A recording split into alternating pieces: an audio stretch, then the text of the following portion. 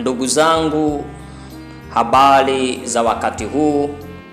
Kwa majina naitwa Johannes J. Lioba, ni mwandishi wa vitabu na mwalimu wa masuala ya kijamii na kiroho. Pasipo kupoteza muda, niwaalike katika somo letu la leo lenye kichwa kinachosema maana ya kumlea mtoto katika njia impasayo. Maana ya kumlea mtoto katika njia impasayo.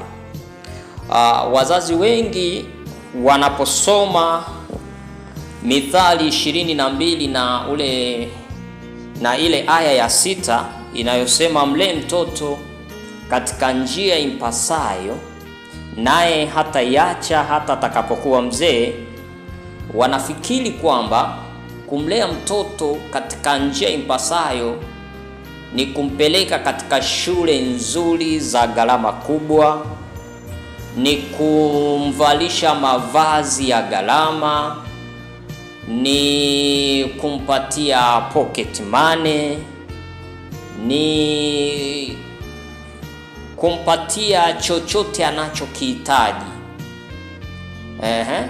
Lakini pamoja na kwamba mambo yote hayo ni mazuri kwa sehemu fulani, lakini sio maana sahihi ya mlee mtoto katika njia impasayo.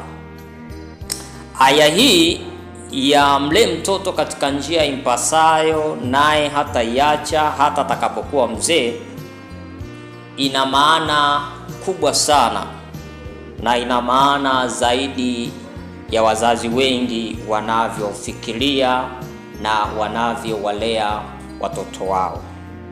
Na kwa undani kabisa nimeielezea vizuri katika kitabu changu cha Siri za Malezi Bora ya Watoto, ambacho kimetoka na kinapatikana katika mfumo wa soft copy. Kutoka kwenye aya hii ya Mithali 22 mstari wa 6 inayosema mlee mtoto katika njia impasayo, naye hataiacha hata atakapokuwa mzee. Kutoka kwenye fungu hilo tunapata mambo kama matatu hivi kwa leo ya kufahamu. Jambo la kwanza, aya hii ni agizo la Mungu kwenda kwa wazazi. Yaani Mungu anawaagiza wazazi kuwalea watoto katika njia impasayo. Jambo la pili, aya hii ipo katika umoja. Haisemi wale watoto kana kwamba ni wengi, bali inasema mlee mtoto katika njia impasayo, naye hataiacha hata atakapokuwa mzee. Mlee mtoto maana yake ni mmoja. Maana yake ni kwamba kila mtoto ana namna yake ya kulelewa. Watoto wako tofauti, kila mtoto ana upekee wake. Hivyo kila mtoto unapaswa kumlea katika njia yake inayopaswa au inayompasa kulelewa. Na hilo litakuwa somo la siku jingine. Lakini jambo la tatu, aya hii inaposema mlee mtoto katika njia impasayo, naye hataiacha hata atakapokuwa mzee, ina maana ya kwamba kuna hatari ya kumlea mtoto katika njia ambayo siyo sahihi.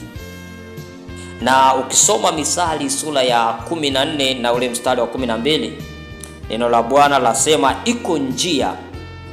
Mithali 14 mstari wa 12 nasema iko njia ionekanayo kuwa sawa machoni pa mtu, lakini mwisho wake ni njia za mauti. Maana yake ni kwamba ipo njia ambayo wazazi wanaweza wakaona ni njia sahihi ya kumlea mtoto, lakini njia hiyo ikawa sio sahihi. na hasa ndio maana somo letu la leo linasema maana ya kumlea mtoto katika njia impasayo. Maana yake kuna njia ambayo unaweza ukaona wewe ni sahihi ya kumlelea mwanao, ya kumwelekeza mwanao aipite, kumbe njia hiyo mwisho wake sio mzuri. Biblia inaposema mlee mtoto katika njia impasayo, inamaanisha kumlea mtoto kwa ajili ya Mungu. Narudia, Biblia inaposema mlee mtoto katika njia impasayo, inamaanisha kumlea mtoto kwa ajili ya Mungu. Tusisahau ya kwamba watoto tulionao ni zawadi kutoka kwa Mungu. Watoto tulionao sio wa kwetu, ni mali ya Mungu. Hivyo hatuwalei watoto kama tunavyopenda au kama tunavyotamani, bali tunawalea watoto kama Mungu anavyotaka. Hatuwalei watoto kama tunavyotaka, bali kama Mungu anavyotaka. Lakini pia hatuwalei watoto kama sisi tulivyolelewa. Inawezekana hatukulelewa katika njia ambayo Mungu alitaka tulelewe, bali tunawalea watoto kama Mungu anavyotaka walelewe. Mungu ana njia yake ambayo anataka watoto waelekezwe kuipita. Mungu ana njia yake ambayo anatamani watoto wote ambao ametupatia tuwaelekeze waipite hiyo njia.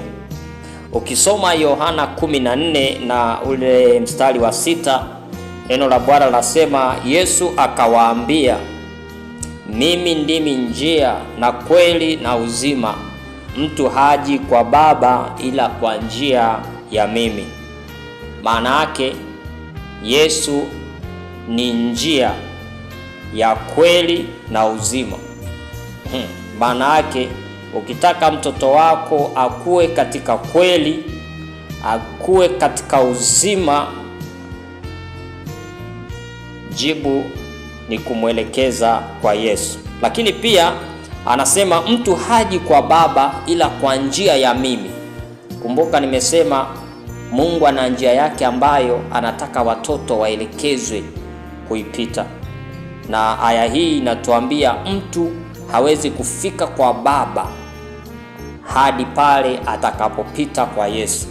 Kwa lugha nyingine ni kusema Yesu ndio njia ya kutufikisha kwa Mungu. Kwa hiyo lengo la msingi la malezi au maana ya kumlea mtoto katika njia impasayo ni kuwaongoza kuelekea kwa Mungu. Yaani ni kuwalea watoto huku tukiwaongoza kuelekea kwa Mungu. Mungu anataka watoto aliyotupatia tuweze kuwafikisha kwake. Na hilo ndio lengo la msingi la malezi. Kwamba Mungu hao watoto ambao ametupatia anatamani tuwaongoze waweze kufika kwake. Na ili waweze kufika kwa Mungu, neno la Mungu linatuambia mtu haji kwa Baba au hawezi kufika kwa Baba pasipo kupita kwa Yesu. Kwa lugha nyingine ni kusema Yesu ndio njia ya kumfikisha mtu kwa Baba.